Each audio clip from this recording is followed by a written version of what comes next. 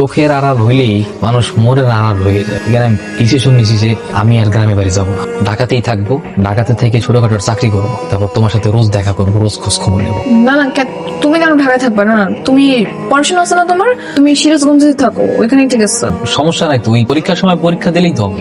না তুমি এখানে থাকবে না। আচ্ছা কি খাবার বলো তো, অর্ডার করি? হিসাব এই রেস্টুরেন্টে খাবার দরকার নাই। এই যে রেস্টুরেন্ট, এই জায়গায় খাইলে অনেক টাকা বিল আসবে, বরং আমরা চলো বাইরে গিয়ে কিছু খাই। আমার কাছে তো টাকা নাই। সমস্যা নেই, যত টাকায় বিল হোক আমি দিব, সমস্যা নেই। আর শুনো, আমাকে নিয়ে এত দুশ্চিন্তা করার কিছু নেই। তুমি আমাকে এত বেশি ফোন দিবে না, বুঝছো?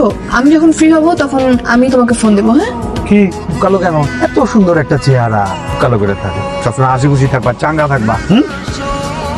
আর ধরো না, এটা আমার গুলশানের ফ্ল্যাটের চাবি। এরপর তোমার যদি আমি মেসে থাকতে দেখছি তাহলে কিন্তু ঠ্যাং ভেঙে দিব। এখন থেকে আমার ফ্ল্যাটে থাকবা।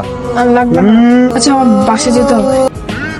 ঠিক আছে, চলো তোমাকে নামাই দিই। হ্যাঁ, হ্যালো, হ্যালো, কই তুমি? আমি তো বাসায় অ্যাসাইনমেন্ট করতেছি।